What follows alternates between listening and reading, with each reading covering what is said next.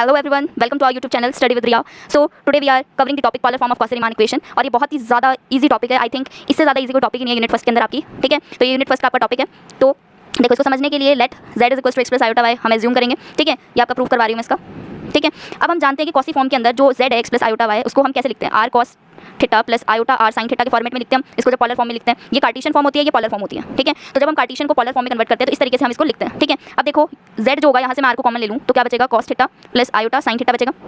ठीक है, अब देखो अब हम ऑलरेडी जानते हैं कि जो कॉस थीटा होता है प्लस आयोटा साइन थीटा होता है वो आपका ई आयोटा थीटा होता है. ठीक है, हम जानते हैं पहले से, तो इसकी जगह मैं ई आयोटा थीटा पुट कर सकती हूँ. इट मींस तो मैंने यहाँ पर ई आयोटा थीटा पुट कर दिया और इसको मैं इक्वेशन फर्स्ट नाम दे रही हूँ. ठीक है, अब देखो अब हम ये भी जानते हैं ऑलरेडी, मैंने जो मेरी प्रीवियस वीडियो है उसको आप चेकआउट कर सकते हैं. ठीक है, तो मैंने प्रीवियस वीडियो में बताया था कि जो एफ जेड होता है वो u x plus comma y v x comma y. It means कि यू एक्स वाई का फंक्शन है और वी भी एक्स वाई का फंक्शन है. या फिर आप इसको शॉर्ट फॉर्म में इस तरीके से लिख सकते हो. ठीक है, इस तरीके से लिखते हैं हम एफ जेड को. अब हम क्या करेंगे, z की जो वैल्यू है वो हम सेकंड इक्वेशन में पुट कर देंगे. तो f z की जगह हम क्या पुट करेंगे, z की वैल्यू को पुट करेंगे तो z थीटा हो जाएगा और ये u plus iota v as it is आ जाएगा और इसको हम इक्वेशन थर्ड नाम दे देते हैं. यहाँ पर आप लिख लेना कि put the equation put first into second. Okay, so ये आ गया. इसके बाद में आपको बस इजी सा काम करना है, दैट इज आपको पार्शियल डिफरेंशिएट करना है. ठीक है, partial differentiation with respect to r. ठीक है, हम क्या करेंगे, अब पहले इसको आर के रिस्पेक्ट में डिफरेंशिएट करेंगे, कुछ वैल्यू निकल के आएगी. फिर हम क्या करेंगे, इक्वेशन थर्ड को थीटा के रिस्पेक्ट में डिफरेंशिएट करेंगे, कुछ वैल्यू निकल के आएगी. देन हम फर्दर देखेंगे. ठीक है, तो सबसे पहले जब हम इसको आर के रिस्पेक्ट में डिफरेंशिएट करेंगे तो ये डैश आ जाएगा, ई आयोटा थीटा. देन ये एक बार डिफरेंशिएट हो गया, अंदर वाला पार्ट डिफरेंशिएट होगा तो क्या हो जाएगा, r e iota theta. Del r के रिस्पेक्ट में करें तो आर आ जाएगा. Then d u by d r plus iota del v by del r हो जाएगा आपका. ठीक है, अब हम क्या करेंगे, इसको डिफरेंशिएट करेंगे तो आर तो हो जाएगा तो क्या बचेगा, ई आयोटा थीटा. आई होप कि आपको ये इतने ईजी जो डिफरेंशिएशन है ये तो आते ही होंगे. ठीक है, तो मैं इसको इतना डिटेल में एक्सप्लेन नहीं कर रही हूँ. Del u by del r plus iota del v by del r हो जाएगा. ठीक है, इसको यहीं छोड़ देते हैं, इक्वेशन 4 हो गई. अब हम पार्शियल डिफरेंशिएट करेंगे अगेन.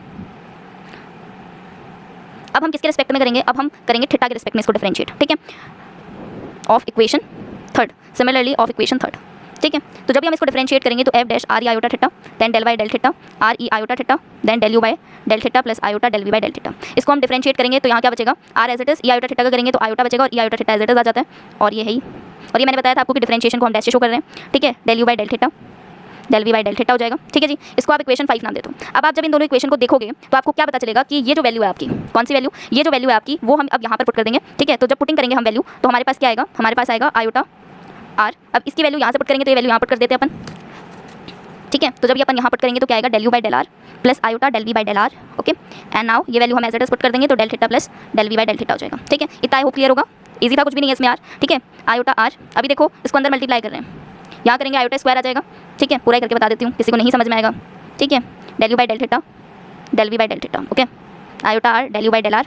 आयोटा स्क्वायर हम जानते हैं क्या होता है, आयोटा स्क्वायर -1 होता है, ये रफ वर्क है इस साइड में. ठीक है, माइनस का r del v by del r del u by del theta plus iota del v by del theta. इतना आ गया क्लियर, समझ में, 6 आ गया इक्वेशन. अब आप क्या करेंगे, रियल एंड इमेजिनरी पार्ट को कंपेयर करेंगे, comparing real and imaginary part. Okay, so देखो अब रियल पार्ट कौन सा होता है, रियल पार्ट बिना आयोटा वाला होता है. तो जब अपन इसको कंपेयर करेंगे तो क्या आएगा, del u by del theta minus r del v by del r. Okay, और इमेजिनरी पार्ट को कंपेयर करेंगे तो r del u by del r is equals to del v by del theta हो जाएगा. इसको इक्वेशन 7 नाम दे दो, इसको 8 दे दो.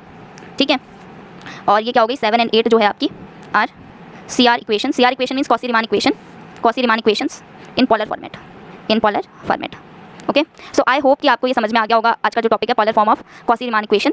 ये बहुत ही ज़्यादा इजी टॉपिक है और इसे बहुत बार रिपीटेड क्वेश्चन है, इसीलिए आई होप कि आपको समझ में आ जाए. और अगर आपको फर्दर कुछ और वीडियोस, कुछ और कंसेप्ट चाहिए इस पे बेसिस पे तो let me know in comment section. And thank you for watching my video and please like and subscribe my YouTube channel. And it's not my, it's our YouTube channel. So thank you everyone.